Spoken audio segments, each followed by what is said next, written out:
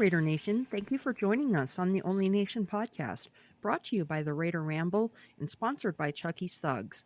My name is Heidi, but you may know me as Kevlar Prom-Dress or even Raider Ladybug. I'm here with Raider Homer and T3 Raider Facts, and we're ready to talk some Raiders football together. Always ready to talk Raider football, and we're 2-0, baby. That's right. The Raiders are now 2-0 and looking for some payback against the Miami Dolphins back at Allegiant Stadium in Week 3. Today on the show, we'll take a look back at the big win in Pittsburgh, we'll look ahead to the game against Miami, and we'll also do a little chalk talk, coming off a question from one of our listeners from last week. Okay, Raider Nation, this is the Only Nation podcast, and we want to hear from the Only Nation. So give us a call at 904-701-8667. That's 904-701-8667. You can leave us a voicemail or send us a text. And before we get started, I'd like to send my prayers and condolences to the Rivera family. Black Hole Rob just lost his life, as well as his mother, so they're really going through a lot right now. So if you can find it in your heart and you have some money that you can donate, please go to their GoFundMe page, as they are really going through a lot right now. He is the co-founder of the Black Hole, and he is the guy that allowed me to have a chapter here in Austin. So I'd like to send my prayers and condolences to his family and encourage Raider Nation to donate to his GoFundMe. Rest in peace, Black Hole Rob. Homer, I echo everything that you just said. In the latest news, here's the latest Raider news.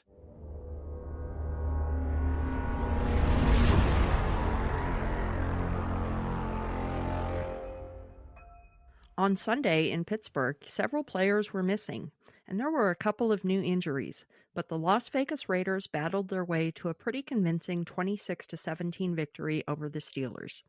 With the Kansas City loss on Sunday night, the Raiders are now tied for first place in the division with the Denver Broncos. Up next for the Raiders, the Miami Dolphins. A big victory on the road in Pittsburgh against the hated Steelers. You know, this is a rivalry that goes all the way back. And fortunately, even though we've been on the downside of the Super Bowl runs, we've been able to beat our old enemy, especially with Ben Roethlisberger at the helm. And we've talked about that last episode. But it was really nice to see him get smacked around in that game. This defensive line is for real. There were some coverage sacks. The entire defense looked ready to go, and the Steelers were not expecting it. They're a tough team themselves, you know, and I don't think that they overlooked us, but I don't think that they expected us to go and punch them in the mouth like we did. So that was a great win. All three phases really showed up in this game. Carlson, 4 for 4, again, you know, with the 46-yarder. Every time that guy lines up to kick a long field goal, I'm feeling confident that it's going to go through, and it does. The defense had 2 sacks. Solomon Thomas showed up, as well as Max Crosby, getting a lot of pressures. That was big. 1 interception, right? We talked about that last episode. I wanted to see the secondary capitalize on the pressure, and they did do that. 12 total tackles by Perryman. Man, that guy is the dog we've been looking for. He's smacking people around, and I like seeing him play. So this was an all-around team victory. This is the type of team that we need to be in order to go to the playoffs and to the Super Bowl. So I'm looking forward to seeing us continue to get better, look more fluid in the defense, and be an overall winner. You know what I mean? All 3 phases, like I said, that's what's going to get us to the point where we want to be, is all 3 phases playing like they did against the Steelers. So great game. This Dolphin game, let's not let this become a trap game. Yeah, we're first place in the division, but it's way too early to really care about that. It's nice to see it, but it's not something that we should be focused on. We should be focusing on this Miami Dolphins team, because this Dolphins team is a wounded animal. And I want to see this defense be hunters and put this wounded animal out of its misery. You know what I mean? Because these Dolphins, you know, they're playing the 3-4 defense, so we have some experience playing the 3-4 defense over the last couple of games. They're going to be flying at you. They're not going to quit, so we cannot go to sleep on this team. We need to make sure that we are prepared to show the Dolphins, the league, and ourselves that we are the real deal, and we're not going to fall asleep on these these teams that we should beat this year. So I'm excited for this upcoming week. Great game last weekend. Here we go, Raider Nation. It's just the start of the season. Two really big wins against two playoff teams from last year, going on the road to the East Coast to an early game. So we got that out of the way.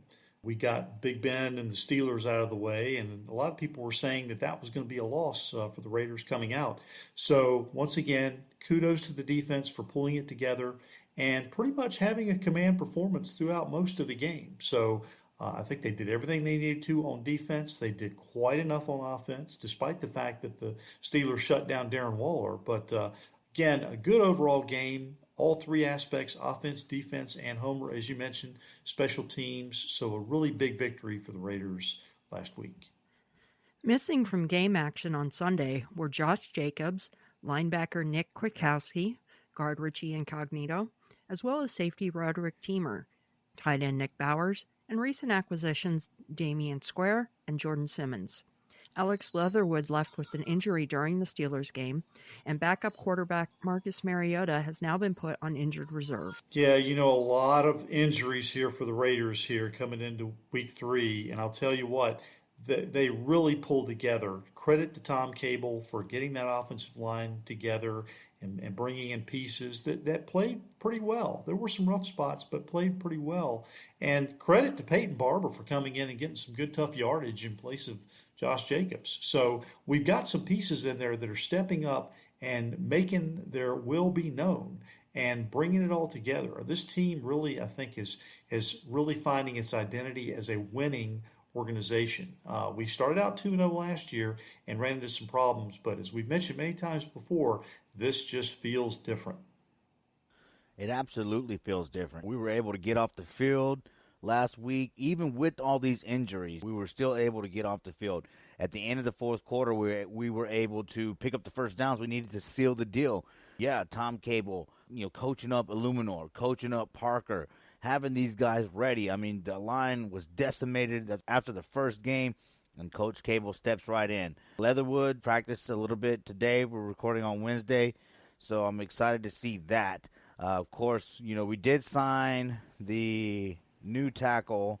Do y'all remember his name? Jackson Barton. Jackson Barton, yeah. Okay, so we did sign the new tackle to help out with Parker, but Parker's doing a great job being a swing tackle. But again, Luminor showing up like he did, especially in the fourth quarter, helping us put it away. I'm excited to see that again. Leatherwood will be back. And I want to see Teamer come back too. Levitt, he had that great pass breakup. Of course, he injured himself on that play, gave up the touchdown to the running back for the Steelers. So I'm kind of curious. I'd like to see Roderick Teamer come in his place, but he's got to get over this injury. And Richie, we need Richie back big time. Illuminor's doing a great job, but if we can get Richie back, I think that'll really help out this entire offensive line, of course. But again, he's with his age and the calf injury and how they're being real quiet, we'll see what happens. It is a long season, so fingers crossed. But yeah, Barber's definitely going to have to pick up the pace again this game because Josh Jacobs is not looking too good. I guess he got listed with just an ankle injury now, so the toe seems to not be a problem right now. But we'll see. We'll see what happens. But you know what? The good thing is that, the players that we had on the field, all the injuries that we were dealing with, they were dealing with injuries too. But the players that we had on the field, they came through and won the game for us. And that's what it's all about. Just win, baby. Sometimes we talk about the next man up, and that's what's happening now. And that is due to good coaching and good GM work by Mike Mayock. The Raiders outgained the Steelers 425 yards to 331 and controlled the ball for 34 minutes 22 seconds versus 25 minutes 38 seconds for Pittsburgh. The Raiders got the only turnover of the game on an interception by Trayvon Mullen, and both teams registered 2 sacks on their respective defensive sides. Derek Carr was 28 for 37 for 382 yards and 2 touchdowns, and Henry Ruggs gathered in 5 passes for 113 yards and 1 touchdown. Good to see that even though the run game wasn't there for us, we were still able to control the ball. That's what Gruden likes to do, and that's what it takes to win games as well. You want to keep the ball out of the opposing offensive's hand. So whenever you can do that, that's a good way to win. Derek Carr, he's been balling out. 800-plus yards, is silencing all the critics. Now, of course, they're all talking about how good he is and all this and that. Now that he's got this defense, the entire team is looking that much better. And field goals aren't such a big issue right now in my mind because that's, you're scoring points. We kicked 3 field goals and allowed only 1 touchdown. So we went into the halftime, with the lead. But again, it's nice to see this defense step up. 2 sacks, lots of pressure. Trayvon Mullen got the interception. There was coverage sacks. It was just great to see. We talked, over the preseason about this defense having to start fast, and that's what they've done.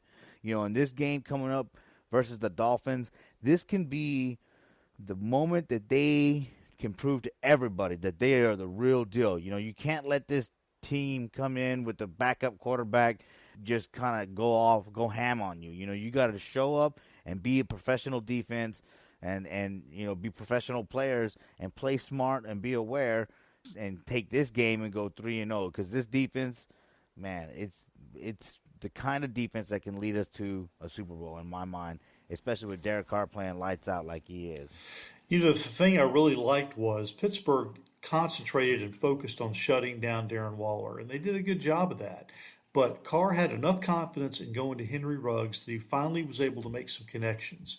And then Edwards, and then Renfro, and then the touchdown pass to Foster Moreau. Derek is spreading it around. The confidence is gaining across the board, and that's what we need as a Raiders offense. Even if Waller gets shut down, he's still got all the other weapons to go to. And I think we saw that in week 2, which is something that's really encouraging going down the line. Yeah, lots of new toys, lots of new weapons on that touchdown pass to Ruggs. He looked off the safety while looking at Waller, and then you heard that Renfro was wide open too, but he went deep and he just chunked it past the coverage, and Ruggs ran right under it. I mean, this is, they've talked about it on Raider Nation Radio. Now the Raiders feel like they can do that because they have a great defense. They can do things like that and take a chance on 3rd and 10 and go long because they know that their defense can get a stop. So, again, having a really good defense is what is allowing the Raiders' offense to open it up. And, of course, they're having to open it up a little bit more because of the injury situations on the line and in the running back room. But, hey, this team is prepared to do what they got to do to win. Just win, baby. I'm excited. This is a great start, and let's see what happens, versus Miami. I'm excited about that. Journeyman quarterback Kyle Slaughter was signed to the Raiders earlier in the week to coincide with Marcus Mariota being placed on the IR. Slaughter goes to the practice squad, while Nate Peterman remains the only backup quarterback on the roster behind Derek Carr. I hate saying this, but this Marcus Mariota experiment may be coming to end sooner rather than later. He just can't stay healthy. I like the guy, and I really believe that he had a place on this team, but he just can't stay healthy on the field. He can't stay available. So maybe it's time if the Raiders really do cut bait and decide to go ahead and move on without. Now, I don't think Kyle Slaughter is going to see any game action at all, but the fact that we've got Peterman now as the backup still worries me, but at least he's proven that he's fairly capable. At least he did that during the preseason. I wanted to see Mariota in the red zone. I wanted to see Mariota in short yardage situations, but that didn't work out because, like you just said, he can't stay healthy. That's been Mariota's, career. Yeah, he's a decent quarterback. That 31-yard run, that was great. But, again, he cannot stay healthy. It makes me happy that we have Derek Carr, right? Because he got rolled up on that ankle. You know what I mean? And we were all like, oh, man, here goes our season. But Derek Carr pops up, and he continues to play. So, luckily, we have a durable quarterback in Derek Carr because, we did try to take a shot with Marcus Mariota. But it didn't work out. And the biggest disappointment, I think, is that we won't be able to get any value for him now. Now, this is one of those signings that's becoming one of the wasted signings. We're not going to get any value. We're not going to get any picks from him. We're not going to hardly get any game time from him. We're not going to get any wins out of him. Tough break for Marcus Mariota. But thank God for Derek Carr. Yeah, Kyle Salter, yeah, he's just there on the practice squad just in case. But, man, Peterman, be ready, though, because, without the third quarterback, man, we've seen what happened, right? Carr got injured, and then McGloin got injured, and then we were down to Connor Cook. So, Uh, since then, Carr's been durable, so fingers crossed that it continues to be durable. And the quarterback situation is not a major concern, and Derek Carr just keeps shining like he has been. Yeah, I think I, like many Raiders fans across the world, saw our season flash before our eyes after that touchdown where Carr went down. It was a beautiful pass to Foster Moreau. It was great seeing him back in the red zone, being a big target there. And all of a sudden, Carr goes down. So my heart was in my throat for quite a while, but I was really glad to see him get up and walk off on his own. And he's going to be just fine for the Dolphins game. The Raiders also released cornerback Nevin Lawson, finally, and both Trey Regis and Lester Cotton Sr. were reverted back to the practice squad. Yeah, I guess the Nevin Lawson experiment is over. Trey Regis had a shot, I thought, but Barber has shown up. Lester Cotton Sr. wasn't really playing that well, so not surprised that he's back on the practice squad. Nothing, surprising here. So, hey, the Raiders are going to be making moves all the way up until the trade deadline. So, I want to go on record. I don't hate Nevin Lawson. I just am going to be happier to see him in another uniform other than the Raiders. Now, having said that, I am so happy that the Raiders committed to bringing in so many young defensive backs and reforming this team so we don't have to see Nevin Lawson out on the field anymore. And thank God for Ron Milas. He has done a number on the secondary. Thank you very much, Ron. You have been a blessing to our team. and Hobbs as well. Yeah. All right, let's talk about the big win in Pittsburgh. Let's look at the action quarter by quarter and discuss it together. In quarter one, both offenses were struggling to put together anything, as both defenses played tough. The Steelers couldn't quite make it into Raiders territory on their first possession, so the Raiders took over. The Raiders tried to establish the ground game on their first possession, but it wasn't happening. So they punted to the Steelers, who began their second possession deep in their own territory. After giving up a big first down run, the Raiders defense turned in the first big play of the game. Big Ben flushed out of the pocket, heaved a pass way downfield to a receiver who broke off his route, and Trayvon Mullen intercepted and brought the ball back into Steelers territory. After picking up a first down, Carr was sacked and the ball was stripped, but fortunately the Raiders got it back. They did pick up enough yardage on the drive for Daniel Carlson to be able to notch a 46-yard field goal to put Las Vegas up 3-0. Pittsburgh's next possession saw them driving once again, and the Raiders demonstrated some poor tackling on back-to-back plays. And the first quarter ended with the Steelers right up around midfield, trailing the Raiders 3-0. At the end of the first quarter, both defenses were kind of flexing their muscles and everybody was kind of getting a feel for the game. So there wasn't really a whole lot of action. But again, we got the one turnover in the first quarter. And again, that changed the momentum of the game pretty early. And the Raiders were able to convert that into points. And that's what good teams do. They're opportunistic. They turn turnovers into points. And in the first quarter, that's exactly what the Raiders did. In the first quarter, these are some heavy hitters, that are trying to figure each other out.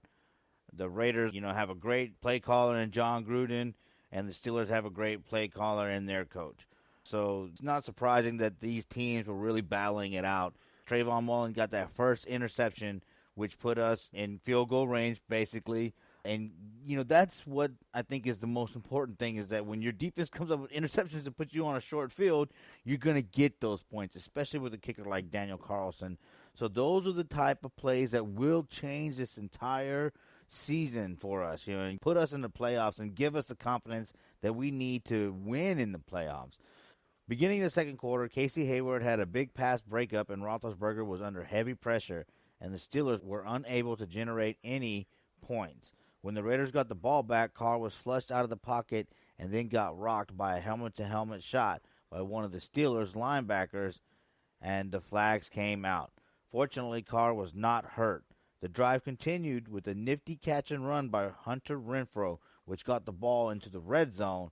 But on 3rd and 2, a bad pass to Waller resulted in the Raiders having to get 3 points instead of 6. And Carlson was money again, this time from 33 yards out. The Raiders went up 6-0. The Steelers then put together a 7-play, 75-yard drive that ended in a 3-yard touchdown run by Juju Smith-Schuster, and the Steelers went up 7-6. The Raiders answered with a 13-play, 53-yard drive that resulted in a field goal to end the half with the Raiders up 9-7. But on that drive, Carr hit Brian Edwards with a touchdown pass, but the touchdown was nullified by a penalty. Still, the Raiders were up 9-7 at the half. Yeah, man, that last drive, that was a killer for us to be that successful and that primed for a touchdown in the red zone and to have penalties kill us. I was just like, oh man, here we go again. Thankfully, that failure in the red zone did not cost us the game, but still a little apprehensive about our success in the red zone, and I would like to see it improve. But overall, the second quarter was good. Carlson did get some more points on the board, but Carlson ended up with 4 field goals on the game. A couple of those should have been touchdowns. So we still need to improve in that area, but we played a tough team, and I think overall we did pretty good. Agreed. I think what bothered me more than the touchdown being nullified by penalty, although that did bother me a lot, was having the 3rd and 2 on the previous drive and then the bad pass to Waller. So we had to get 3 instead of 6. I think that bothered me more than anything else because I thought, okay, here we go again, settling for 3s instead of 6. So again, I think that set the precedent early, but we worked it out of our systems, and I think everything is in pretty good shape. I feel like, though, as a fan base, we got to get away from the, oh boy, here we go again, because I think that this is a legit team now.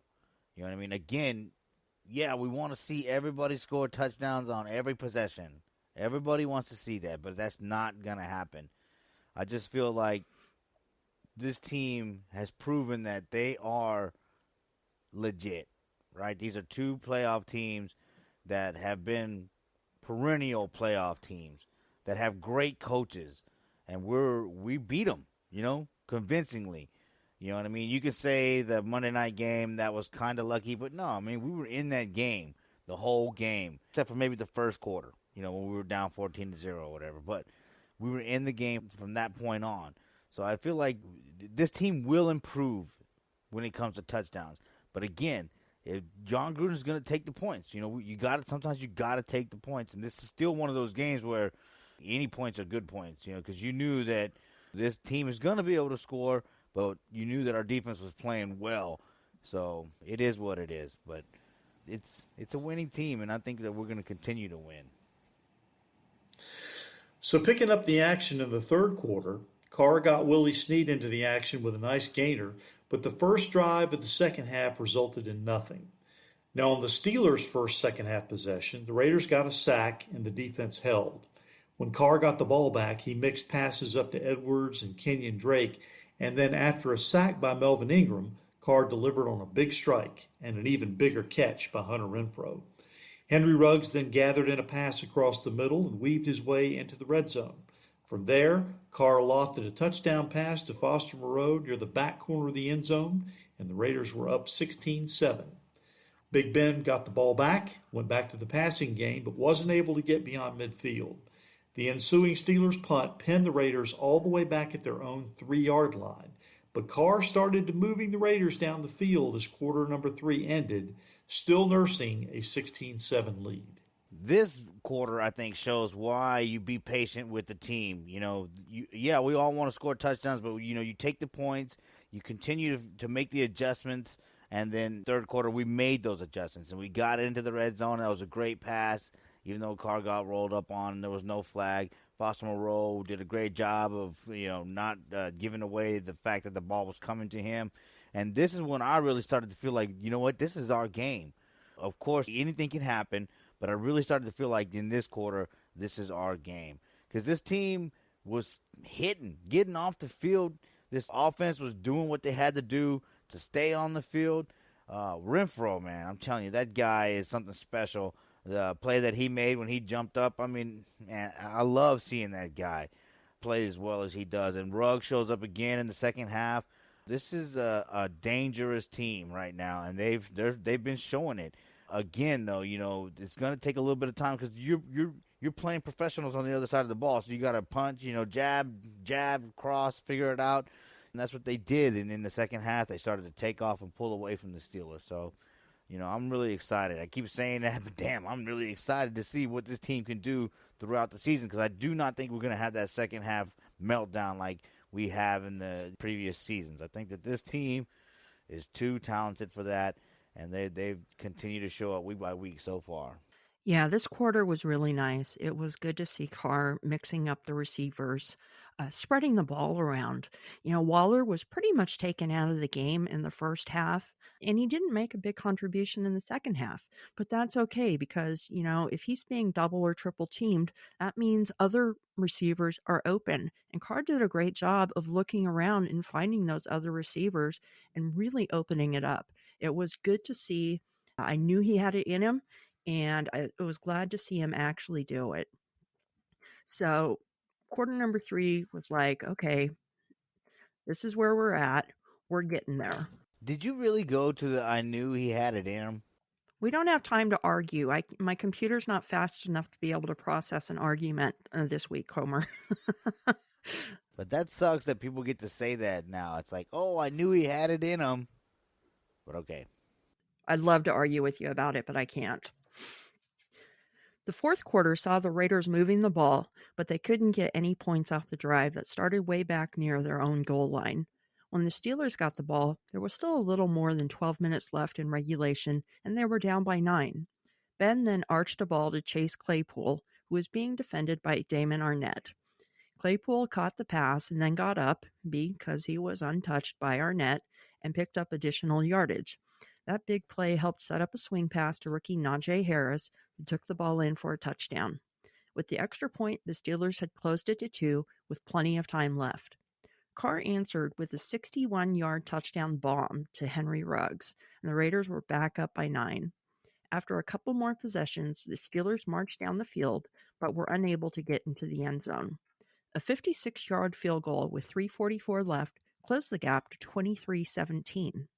The Raiders then took control of the clock and the game with a mix of Derek Carr passes and tough running by Peyton Barber. Daniel Carlson added a 45-yard field goal with just 24 seconds left to ice the game for the Raiders, who now stand at 2-0 on the season after a satisfying win on the road. I just want to say that I always knew that Derek Carr could win, and I always knew that he just needed the defense. So I'll just leave it at that. Great game, 2-0. I felt good about the game going at the end of the third quarter. I knew that the Steelers would probably come back, but I felt like the Raiders had enough defense in them to hold, and they did. They proved it. They stood their ground, and they got a big win. Definitely. Okay, now last week, one of our callers, Steve from Richmond, Virginia, had a question about Cover 2 and Cover 3 schemes. And so T3 has set up a little chalk talk, and we're going to take a closer look at defensive backs and coverage schemes. Okay, T3, what do you have for us? All right, first of all, let me say that one of the best books I've ever read about how to watch a football game comes from Pat Kerwin, and it's called Take Your Eye Off the Ball. So one of the chapters focuses on defensive backs and cover schemes, the differences between man and zone. On the snap of the ball, the defensive back playing man will turn his back to the quarterback and run with the receiver. Run support is secondary. Shutting down the receiver is the priority. Now, in zone coverage, the corners face the quarterback, so they can be heavily involved in run support. The man corner turns and runs, while the zone corner backpedals so that he can react in case a running play is called. Zone corners pass off the receivers either inside to a linebacker or deep to a safety. This is where a lot of fans get confused. You need to understand which principle your team is playing, if for no other reason than knowing who to blame when the opponent completes a deep pass against it, like that fateful play to Travis Kelce last year at the end of the Chiefs game. Now, as Homer mentioned last week, a cover 3 basically has 3 corners, with each one assuming responsibility for a third of the field, which is why that slot corner position is so valuable. Now, let's say your team is playing a cover 2 zone, which means 2 safeties line up deep, and each is responsible for half the field. The corner faces the line of scrimmage and backpedals, carrying the receiver with him until a second threat appears in the flat. The corner then releases the first receiver, expecting the safety to pick him up, and then comes back to cover the flat. If the quarterback hits that first receiver in stride along the sidelines, many fans think the corner got beat deep, when in reality, he'd actually passed his man over to the safety, who just didn't close quick enough to defend the pass. Defensive coordinators mix up man and zone coverages during the course of a game, and the factors usually include the mobility of the quarterback, the offensive formation being used, the personnel groupings that he's inserted, down and distance, and of course the skills of the receivers. The secondary and pass rush really have to work hand in hand. If a great coverage team forces the opposing quarterback to make his third read, the rush still has to get there. If it doesn't, the quarterback will usually find that third option, which can result in a big play. Now, when you watch the next game, watch the corners, see where they line up, and see whether they stick with the receiver or pass him off. This will help you understand your team's defensive scheme a little better, at least for that one play. Once again, I want to encourage you to get and read Pat Kerwin's fantastic book, which I use as a reference all the time. Once again, the book is called Take Your Eye Off the Ball. And that is this week's Chalk Talk.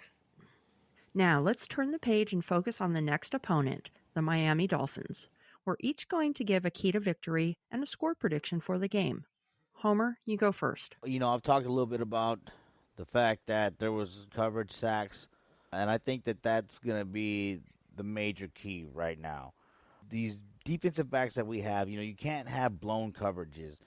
Brissett, he's not afraid to chunk the ball, all right? But, he's a backup coming in, starting for, an injured starter.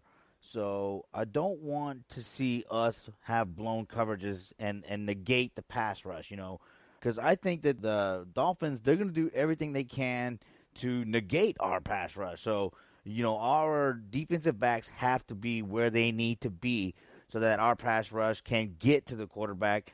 I think that this game right here is the game that we can really make a statement as far as the defense, where you've already faced two good offenses. Now you're going to come and you're going to face an offense that you don't really know what they want to do. You can see some RPOs. You're going to see a lot of that kind of stuff to negate the pass rush. So my key to victory is no blown coverages, because that way, you give your defensive line a chance to get to Brissett, who is kind of mobile and can move around in the pocket. So you can't just let him move around, run around, and then throw the ball blindly for a big, gain and first downs, galore. You need to show up and play smart. Be aware. Look for the screen. Look for the rollouts. Keep contained, So for me, it's just, be aware, and definitely as a defensive back, no blown coverages. To me, that's going to be the key to victory this week. You got a score? I'll go 31-17. Raiders. All right. I really think that this is the week that the offense goes off. I see the key to victory is that the Raiders take what they want in the old Al Davis tradition, take it early and take it often. The Dolphins are already a little bit beat up. They're suffering a little bit of confidence issues right now, and the Raiders have a payback to assess to the Dolphins from the last time they met. We all know what happened then. So I don't want to take any chances. I think the Raiders come out of the gate. They score early. They score often. They assert control early in the game and continue it on. And I see the final score as 41-21 Raiders. Okay, my key to the game is simple. Don't overlook the Dolphins. Keep the intensity up. That's the key to me. Keep up the intensity. Keep up the intensity on the defensive line, and everything else will fall into place. The offensive line definitely needs to continue gelling together. They were able to hold it together even though Alex Leatherwood went down. In fact, Brandon Parker came in and did a great job in the Steelers game. If he's called to action again, I actually have faith in him now. I think he's going to be able to do okay. But let's keep the intensity up, make sure the defensive line continues dominating, and the Raiders will pull out the victory. I say 27-13. Okay, T3, how about bringing us your top three for the week?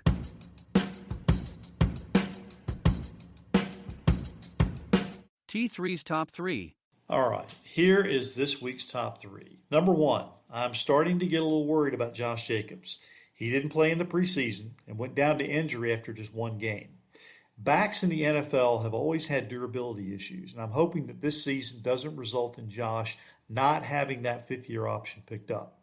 He's valuable to the team, but only to the extent that he can play. I hope Josh Jacobs can get back on the field reasonably quickly and get back on track. Until then, it's the Barber and Drake show. Number two, speaking of first round picks, I hate saying this, but Cleve Earl isn't cutting it. Solomon Thomas came in as a third overall pick, who the Niners tossed on the scrap heap instead of picking up that option, mostly because of injury. But what a pickup he's been so far for the Raiders. If the Raiders could keep a healthy and productive Solomon Thomas, that could really help ease the blow of a blown fourth overall draft pick. I don't want to give up on Furl just yet, but I hope that the young man isn't giving up on himself or on this team.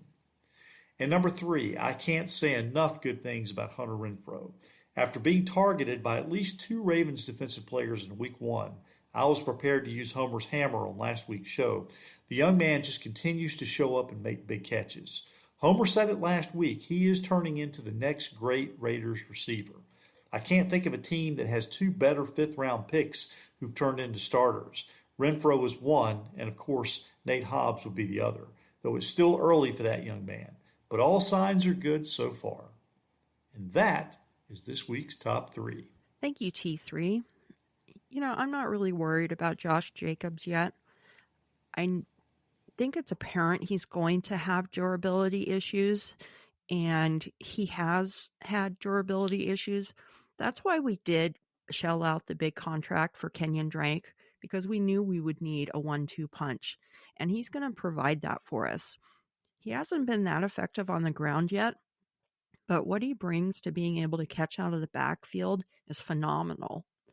But I honestly would not let Josh Jacobs play this week, because he's a player. He's going to say he can go. He's going to beg to go. But what's going to happen is that's going to undo all the progress he's made in the past 2 weeks. So let him sit for another week. We're not going to need him this week. Let him get some rest that he needs. First round picks, it's been great to see Solomon Thomas kind of be able to shed the bust label.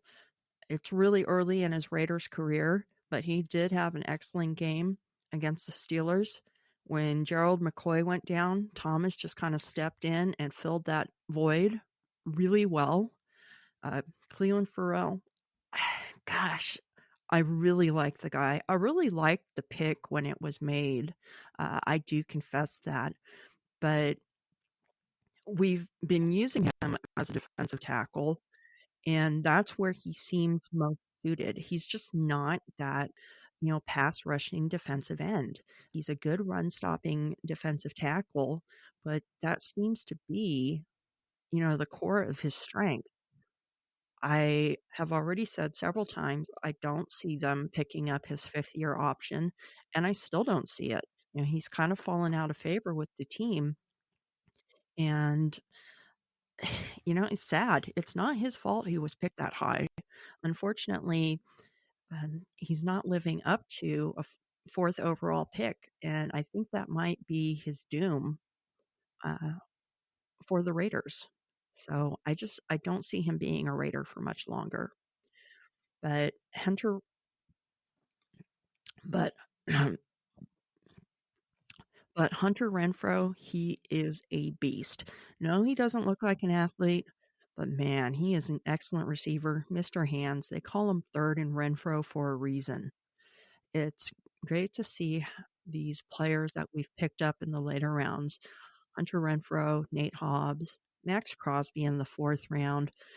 That's the one thing that we've been doing well. We might not get the first round picks right with Clee and Damon Arnett, but these later round picks, we've been doing really good. So it's been great to see Renfrow develop, and it's been great to see these players come out strong. So definitely Hunter Renfrow, he's going to be a legendary Raiders receiver before all is said and done. I really enjoy watching him play. It's unfortunate that Josh Jacobs can't stay healthy this year. I am really happy, though, that we did sign Drake. I know that we talked about maybe that being a too big of a contract on this podcast before, but it's really showing up this season because, like we talked about last week, a key to victory that I thought was necessary to win was Drake coming out of the backfield, and he did do that, and that helps out a lot. So even though a lot of people are like, oh, Captain Check Down, having a weapon like Drake that Carr can check down to really helps, especially in the situation that we're in right now where we really can't get off the ball and run as much as we want to. So I'm excited that we have Drake to replace Josh Jacobs, but hopefully Josh Jacobs gets healthy ASAP. Cleveland Farrell, we need to get a pick back for him ASAP, right? Before the trade deadline, it's not working out. We do have people like Solomon Thomas that are coming in with a change of scenery and hungry, trying to shake off a bust label. So Cleve might need the same thing that Solomon Thomas looks like he needed. You know, he came to us. He's playing a lot better. Cleve might do better somewhere else in a different system.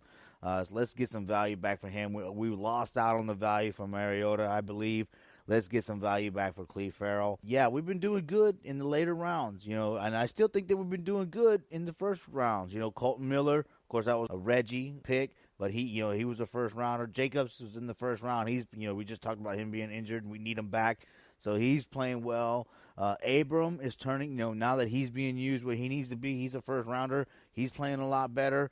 The only first rounder I think that is questionable is Cleve Farrell. Again, got to wait till the third season. I think on a lot of these players to really get a good idea whether they're going to make it or not.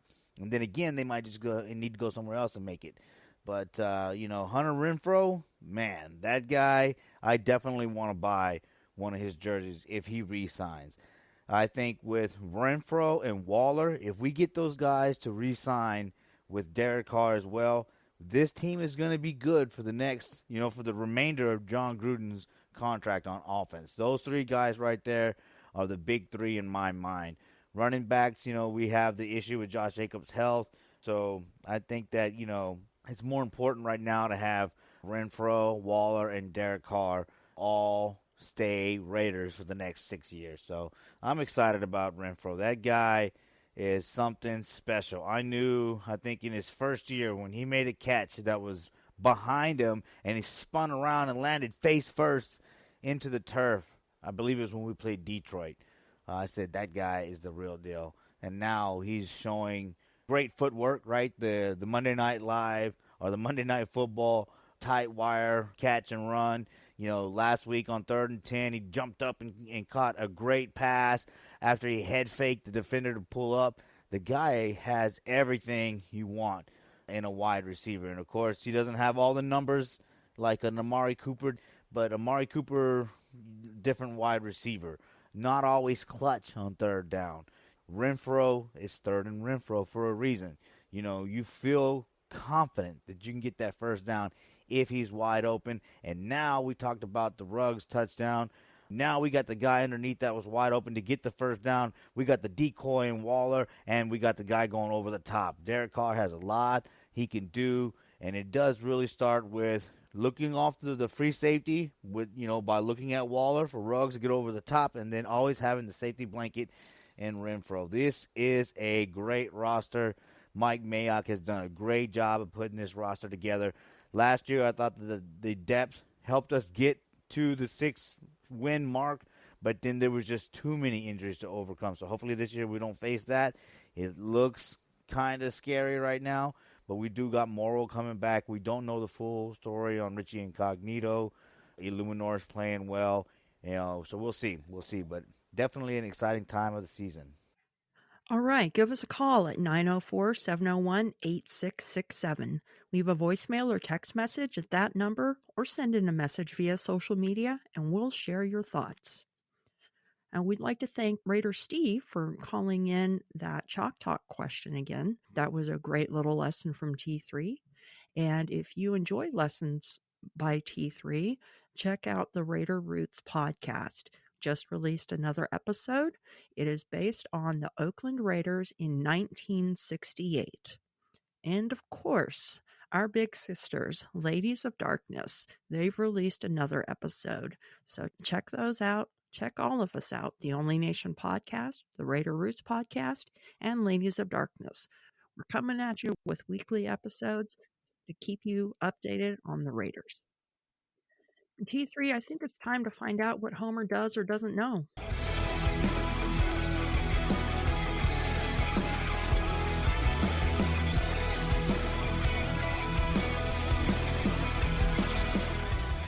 Hey Homer, did you know? All right, now it's time for another edition of Hey Homer, Did You Know? In this segment, I will ask Homer and Heidi and the rest of our listening audience a Raiders related question with three possible answers to choose from. It's multiple choice, so just give it your best guess. So here goes. Here's this week's question.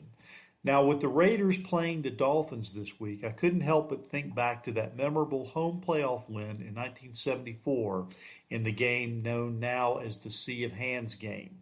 Now, Clarence Davis caught the touchdown pass, but he was Stabler's third and maybe even fourth option.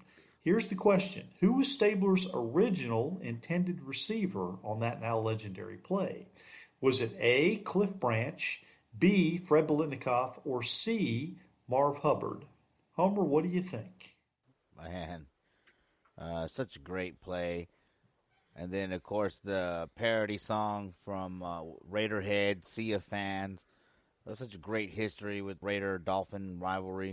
Of course, this goes way back, way back. I want to say Fred Biletnikoff, but I feel like that's the easy one, as Heidi always says, or, that's the one that, you would normally go with. So Cliff Branch would have just ran into the tunnel, I believe. So I'm going to go with C, Marv Hubbard. All right, Heidi, what do you think?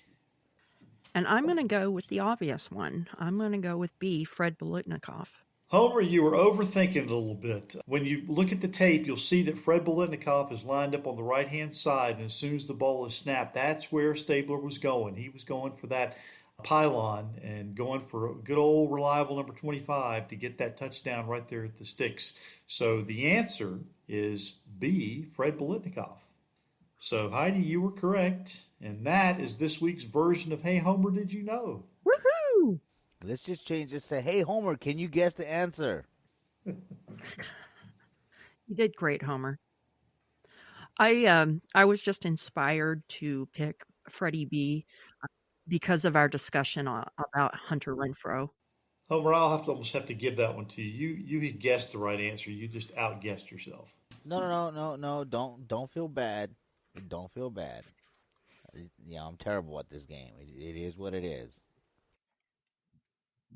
All right, so, and now, Raider Nation, it's time for Heidi's Heroes. Flying away on a wing and a prayer. Who could it be?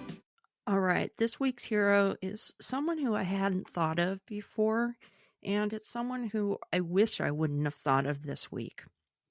Actually, T3 recommended it to me, and I wholeheartedly agree. This week's hero is one of the co-founders of the Black Hole, Rob Rivera.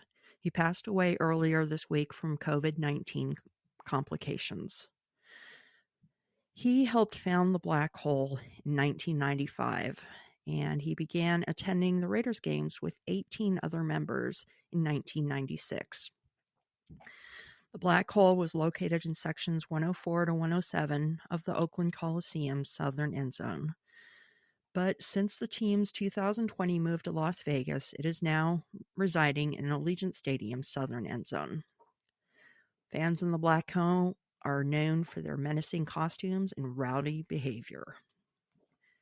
JT the Brick talked about his friend. He reminded his listeners about how valuable Rivera was to Raiders fandom. He said, "He is arguably the most important fan in Raiders history, building and growing the Black Hole in Oakland.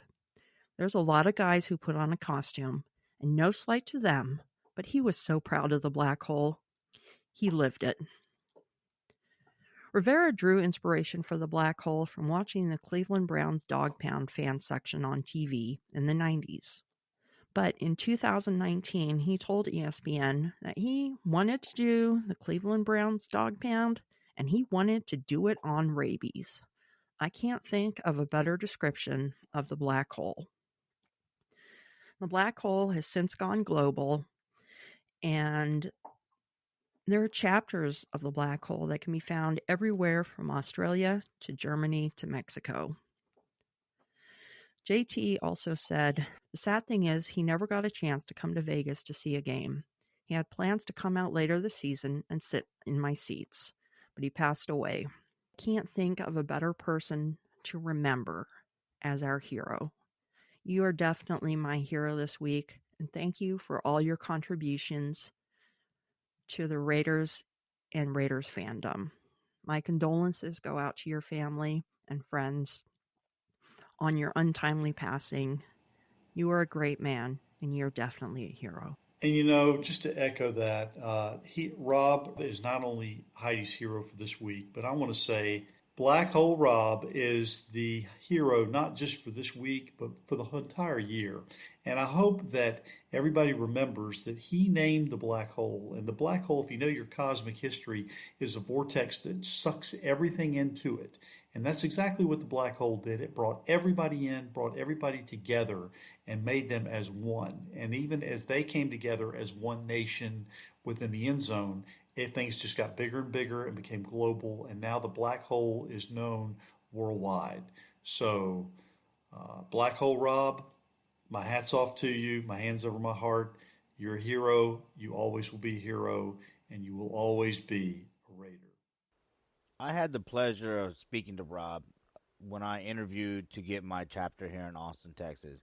And one of the things that I told him was that, I was looking forward to bringing that Oak Town flavor here to Austin. And he was excited to hear that. They did a lot of great things in Oakland as far as charity work, cheering their heads off at every game, and creating a fan club that has taken over the world. Rob was generous enough to come on my channel, the Raider Homer channel, and do interviews and show support. And, of course, Oakland Raider Savage is his cousin. So, their family is becoming friends of mine. So my prayers go out to the Rivera family, to lose Rob and Rob's mom to the same illness in such a short time has to be devastating. And my heart goes out to them because Rob did have plans for the black hole, and he spoke about that on my channel. And he was ready, even though he was a die-hard Oakland native, born and bred Raider fan. He was willing to follow the team to Vegas, even though they had such great memories in Oakland. He wanted to make those memories in Vegas. And what he has done is given Raider fans an identity. There are other clubs, but the black hole is more than just a vortex in space. It's a fan base here on Earth, and it's because of Rob and Dave Monzo, who is a good friend of Rob. So both of those guys are kicking it in the black hole in the sky right now, watching the Raider games of past, the Raider games of present, and seeing what's coming down the road. So shout out to the Rivera family, to all the black hole, nationwide, worldwide. Now's the time to come together, and take the black hole to further lengths, and continue to stand at the games and cheer as loud as you can. Wear black at home, even though it's Vegas and it's hot, and sometimes I want to wear my white jersey. Inside the stadium, wear black. That's something that Rob wanted to do. So there's lots of great traditions that the black hole started, and Rob was definitely a major figure in starting all that, and he will be missed. So shout out to the Rivera family. And if you'd like to find out more about Black Hole Rob, there's a great article on CBS Sports that I took a lot of information from, and also the Las Vegas Review-Journal. They published an article, so you can see that on their website as well. And that about does it for this week on the Only Nation podcast. Next week, we should be settling into our new schedule. We'll be recording on Mondays, and we'll be releasing on Wednesdays. Bear unforeseen incidences like my computer going down like it did this week. So if this episode is a little choppy, that's why. If you'd like to help support the show, buy us a hot dog at buymeacoffee.com/onlynationpod. You can find me, Heidi Stabbert, on social media as at Kevlar Prom Dress on Twitter and Instagram, or Heidi Stabbert on Facebook. You can also find me on YouTube on Captain Jack Rackham's channel every other Tuesday night. I join the DC wench Peggy Holmes and Andrea Trask on the Captain and His Wenches show. All right, Raider Nation, you can find me at theraiderhomerchannel.buzzsprout.com. There you'll find links to all my social media accounts as well as links to my podcast on whatever podcasting app that you listen to. And please go to chuckystuggs.com, our sponsor. Bev and Norm are diehard Raider fans that are trying to provide quality merchandise for the Raider Nation. So go to chuckystuggs.com, enter the promo code HOMER to get 15% off of your purchase. And if you are going to a game, get their Chucky Stuggs flag and enter the promo code HOMERFLAG and get $9.99 off. Take it into the game, get seen on TV, and provide footage to chuckystuggs.com, and you can win $500. So go to chuckystuggs.com and get your flag today. Also, go to jr60brands.com. JR60 Brands is for the fans, by the fans, and Joker Raider is definitely one of the greatest fans out there. A good friend of mine, somebody that helped guide me through all that the Raider Nation is. So I appreciate his support and guidance. So go to jr60brands.com as well. And once again, just go to theraiderhomerchannel.buzzsprout.com to find me. Message me if you have any questions on what to do as far as finding Raider events or Raider parties. So, Raider Nation, we want to thank all of you for your support, being with us every step of the way during the regular season. Here's what we'd like you to do. Send us your name and address so we can send you some free Raider swag. Call us, tell us what you want to know. If you want to hear another Chalk Talk, throw us an interesting nugget that we can use on one of our upcoming episodes, and we really want you to become a part of what we're doing here. Remember, this is the only nation, and we want you to be a part of it. So call us, 904-701-8667. That's 904-701-8667. Call us now and join the Only Nation podcast family. And there are two easy ways to find me on social media. You can send me a tweet at T3_sports703, as several of you do, or you can hit me up on Facebook at Tom, T-H-O-M, Jones. I will do my very best to respond back, and once again, I'd love to include your comments on an upcoming show. And thank you once again for tuning in and also for getting involved. As always, we look forward to hearing from you. Until next time, everyone, go Raiders. go Raiders. We are not just a nation, we are the only nation. Raiders.